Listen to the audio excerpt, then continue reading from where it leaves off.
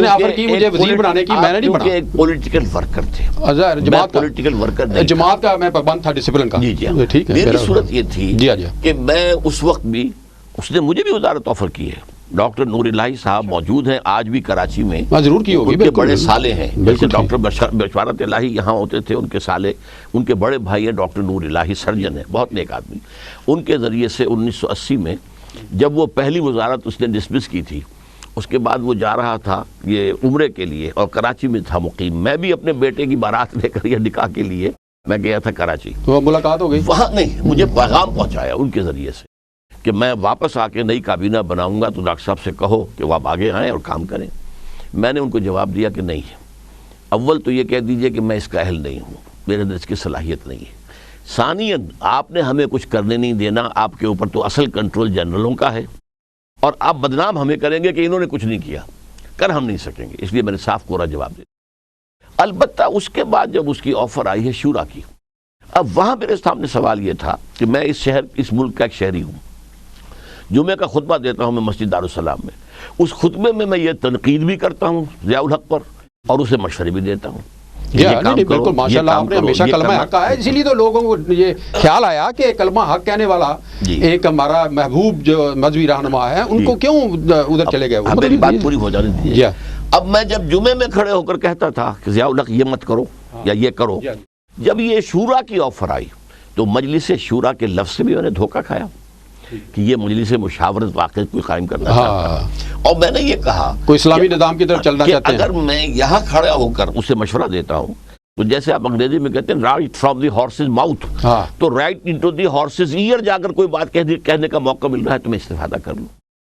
لیکن انہوں نے شورا کا ایک اجلاس میں نے اٹینڈ کیا، اس پر میں نے ان سے ملاقات کر کے میں نے کہا آپ نے تو شورا کہا تھا، یہ تو آپ نے پارلیمنٹ کا نقشہ بنا دیا. شورا میں تو جو مشورہ لینا چاہتا ہے اس کو وہاں موجود ہونا چاہیے. نہیں، میں سنتا رہتا ہوں، دیکھتا رہتا ہوں. دوسرے سیشن کے آغاز میں کہا کہ لوگ کہتے ہیں کہ تم پولیٹیکل پروسیس کا نہ روکو، میرا یہی پولیٹیکل پروسیس ہے. میں نے اسی وقت فیصلہ کر لیا کہ ٹو ریزائن، اور میں نے ان سے وقت مانگا کہ مجھے وقت دیجیے. انہوں نے کہا کہ میں بہت مصروف ہوں، لاہور آ رہا ہوں. 5 جولائی 1982 کو میں نے یہاں گورنر ہاؤس میں ان سے ملاقات کی. پہلے تو میں نے ایک بات ان سے بہت سخت کہی، آپ حیران ہوں گے اللہ نے مجھے کیسے جرأت دی. ایک چیف مارشل ایڈمنسٹریٹر کے سامنے میں نے کہا کہ آپ اپنے ماتھے پر کلنک کا ٹیکا لیے پھر رہے ہیں. کہلے کیوں، کیا بات؟ میں نے کہا دیکھیے آپ نے فیڈرل شریعت کورٹ قائم کی، ہینڈ پکڈ علماء کو آپ نے جج بنایا، ان کے بھی ہاتھ باندھ دیے آپ نے. دستور پاکستان پہ بات نہیں کر سکتے، جوڈیشل پروسیجر لاس پہ بات نہیں کر سکتے. حد یہ ہے کہ مسلم فیملی لاس پہ بات نہیں کر سکتے. ہاں بالکل، جس کو نہ کبھی انگریز نے چھیڑا، نہ ہندوستان میں ابھی تک مسلمانوں نے ہندوؤں کو چھیڑنے دیا ہے. تو یہ کیا معاملہ ہے؟ آپ کو ان کے اوپر اعتماد نہیں ہے، ان کی صلاحیت پہ اعتماد نہیں ہے، تو آپ نے ہاتھ باندھ دیے. اب میں یہ نہیں کہتا کہ جو میں کہتا ہوں وہ کریں، آپ ہاتھ کھول دیں. اب اس کے بعد غلام احمد پرویز اس وقت زندہ تھے، انہوں نے بنوائے تھے یہ آئلی قوانین، یہ آرڈیننس جو ایوب خان سے نافذ کروایا تھا، وہ ان کے زیر اثر تھا. میں نے کہا وہ آ کے ثابت کر دے کہ اس میں کوئی شے کتاب و سنت کے خلاف نہیں ہے، میں خوش، میرا خدا خوش. میں یہ نہیں کہتا کہ آپ میری ڈکٹیشن لیں. کہنے لگے پھر ان خواتین کو کون راضی کرے گا، کون مطمئن کرے گا. میں نے کہا اگر آپ کی سوچ یہی ہے تو میں یہ استعفیٰ میں لے کے آیا، یہ حاضر آپ کی خدمت. اچھا ڈاکٹر صاحب، اب یہ پاکستان کے اندر آپ کو پتہ ہے کہ انتخابات کا تو اعلان ہو گیا ہے، اور وہ کہہ رہے ہیں کہ جی کہ 8 جنوری کو پاکستان کے اندر قومی اسمبلی کے اور صوبائی اسمبلیوں کے انتخابات ہوں گے. آپ کی چونکہ نظر سیاست کے اوپر بھی رہی ہے ہمیشہ سے، تحریک پاکستان میں بھی آپ نے حصہ لیا، آپ یہ فرمائیے کہ یہ جو انتخابات ہیں اس کے کیا اثرات مرتب ہوں گے پاکستان کے مستقبل کے اوپر اور پاکستان کے عوام کے اوپر؟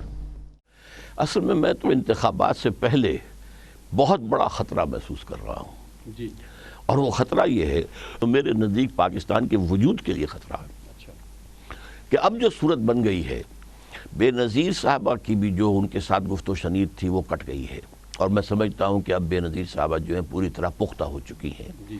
اور اب میں سمجھتا ہوں کہ PNA کے لیول کی تحریک چلنے کا خطرہ اس ملک میں موجود ہے، امکانات ہیں. اس لیے کہ جو تحریک وکلاء نے شروع کی تھی، واقعی ٹھیک بات ہے، وہ ظاہر ہے کہ وہ ایسے سپونٹینیس تھی. بالکل بالکل، اور اندازہ نہیں وہ ابھی تک لوگوں کے دلوں کے اندر ہے. بلکہ میں آپ کو اپنے دل کی راز کی بات بتا دوں، میں پاکستان کے مستقبل سے مایوس ہو چکا تھا میں سمجھتا تھا پاکستانی قوم مر چکی ہے and it's no use whipping the dead horse. اچھا مردہ گھوڑے کو آپ چابک کتنی لگا لیں وہ بھاگے گا تو نہیں. بالکل. لیکن اس موومنٹ سے میرے دل میں امید کی ایک کرن جو ہے پیدا ہوئی ہے. بالکل جان ہے جس طریقے سے آئے ہیں, جیسے جفا کشی کا مظاہرہ کیا دھوپ میں رات کو لوگ جو ہے. تو اس کے بعد سے یہ تحریک جو ہے, اب اس وقت تک پولیٹیکل نہیں تھی, اب پولیٹیکل پارٹیز بھی پیچھے آ گئی ہیں, پولیٹیکل براڈ بیسڈ ہو گئی ہے. اب اس پر جو ہے نواز شریف صاحب تو ڈٹے بیٹھے, وہ تو ایک انچ ہٹنے کو تیار نہیں. ایک کوشش کر کے میں سمجھتا ہوں کہ اتمام حجت کر دیا ہے بے نظیر بھٹو نے مشرف پر, کہ اس نے جو ہے اس کو ایک راستہ دینے کے لیے اس کے ساتھ مفاہمت کا کوشش کی تھی کہ چلو کوئی ایک راستہ نکلے, لیکن اگر کر گئی تو یہاں تو تحریک اٹھے گی بڑی. ٹھیک, اچھا. اور اس تحریک میں اگر کہیں بدامنی پیدا ہو گئی تو قیام امن کے لیے کہ ڈی سٹیبلائز نہ ہو جائے پورا ریجن, آپ کی نیٹو فورسز جو ہے ویسٹ سے داخل ہوں گی. اچھا, اور بھارت مشرق سے آئے. اس خطرے کو آپ دیکھ رہے ہیں. اچھا, بھارت نے تو الرٹ کیا اپنی فورسز کو. یہ تو ڈاکٹر صاحب بڑا افسوسناک ہوگا کہ غیر ملکی فوج جو ہے وہ ہماری سرزمین پہ. بھارت نے اپنی فورسز کو الرٹ کر دیا ہے, تیار رہو, ہو سکتا ہے ہمیں کسی پڑوسی ملک میں امن قائم کرنے کے لیے دخل. گویا کہ 1971 کا ایکشن ریپلے, اس وقت بھی جو اب ہو گئے تھے حالات مشرقی پاکستان میں, تو اسی طرح کے آپ دوبارہ پھر ہو رہے ہیں. اگر یہاں ہو گئے تو وہ کریں گے. ڈاکٹر صاحب یہ جو خطرات جن کی نشاندہی آپ نے کی ہے, تو اس سے بچنے کا کیا پھر کوئی حل؟ بچنے کی اصل کنجی تو ہے ہاتھ میں پرویز مشرف کے. اگر وہ واقعتاً جو کہتا ہے کہ Pakistan first of all Pakistan, تو اسے چاہیے کہ اس وقت اپنے اقتدار کو مقدم نہ رکھے, پاکستان کو مقدم رکھے. اور جو مطالبے نواز شریف بھی کر رہے ہیں اور اب بے نظیر بھٹو بھی کر رہی ہیں, دونوں عہدوں سے جو ہے وہ استعفیٰ دیں اور جو بھی آرمی چیف کے حوالے کریں. اور ویسے جو ہے میں نے اس سے پہلے کہا تھا کہ سمروں کو انہوں نے بنا دیا ہے وزیر اعظم, اسے ہونا چاہیے کہ وہ صدارت کو سنبھالے دستور کے مطابق, اور وزارتیں وہ بنے جن میں کوئی سیاسی آدمی نہ ہو, اور نیشنل کنسنسس کریٹ کیا جائے. نہیں, سارے کے سارے, میں پوائنٹڈلی کہہ رہا ہوں, سارے کے سارے ججز ہونے چاہیے, اور وہ ججز جنہوں نے کبھی کسی پی سی او کے تحت حلف نہ اٹھایا ہو, اور الیکشن فری اینڈ فیئر ہوں واقعی حقیقی طور پر, اگر یہ ہو جائے, اور تاکہ قوم کو راستہ نکالے. لیکن دوسری طرف میں مشورہ دیتا ہوں ان سیاسی جماعتوں کو بھی, ایجیٹیشن اگر کرتے ہیں, میدان میں آتے ہیں, تو امن برقرار رکھنے کو اپنی ذمہ داری سمجھے.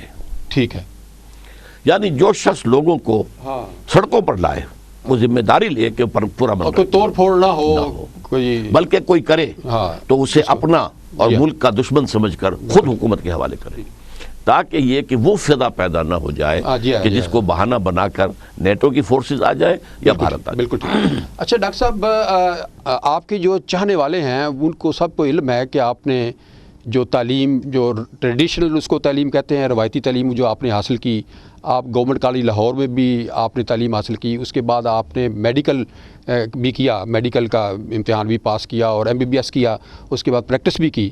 مگر بہت کم لوگوں کو یہ معلوم ہے کہ آپ نے جو مذہبی تعلیم ہے وہ کن اساتذہ سے حاصل کی تھی, تو اس بارے میں کچھ آپ بتائیے. اصل میں کہیں کسی باضابطہ دارالعلوم سے میں نے تعلیم حاصل نہیں کی. میرا ذاتی مطالعہ ہے, اور معاملہ کیا تھا کہ میں نے 5ویں سے 10ویں جماعت تک ہائی اسکول میں عربی زبان پڑھی سبجیکٹ کی حیثیت سے. تو عربی کی گرامر پر اللہ تعالیٰ نے مجھے اچھا اس کا فہم عطا کر دیا. فارسی بھی پڑھی تھی؟ نہیں, فارسی نہیں, عربی. اچھا, اس کے نتیجے میں یہ ہے کہ قرآن مجید سے میرا ایک ربط قائم ہوا, اس پر میں غور بھی کرتا تھا, اور پھر میں نے اس مطالعے میں اور دوسرے لوگوں سے میں نے اپنی سورسز گنوائے ہیں. علامہ اقبال اور doctor Rafiuddin, they are one of my sources. اسی طریقے سے ویسے کوئی استاد ایسا مذہبی نہیں, میں نے ان سے استفادہ کیا ہے, مولانا اصلاحی صاحب سے کیا ہے, مودودی سے بھی استفادہ کیا ہے, بعض علماء سے کچھ وقت لے کر میں نے کچھ عربی چیزیں بھی پڑھی ہیں. لیکن میں نے MA Islamic studies Karachi university سے کر لیا تھا, اور اس میں فرسٹ آیا تھا یونیورسٹی میں, لیکن میں اسے کوئی اہمیت نہیں دیتا. میرے پاس جو کچھ ہے وہ زیادہ تر اپنے مطالعے اور غور و فکر کا حاصل ہے. ٹھیک ہے. کچھ عرصہ آپ ڈاکٹر صاحب جماعت اسلامی میں بھی رہے, پھر اس کے بعد ظاہر ہے آپ کے کوئی اختلافات پیدا ہوئے اس وقت جب انہوں نے فیصلہ کیا جماعت اسلامی نے کہ بھائی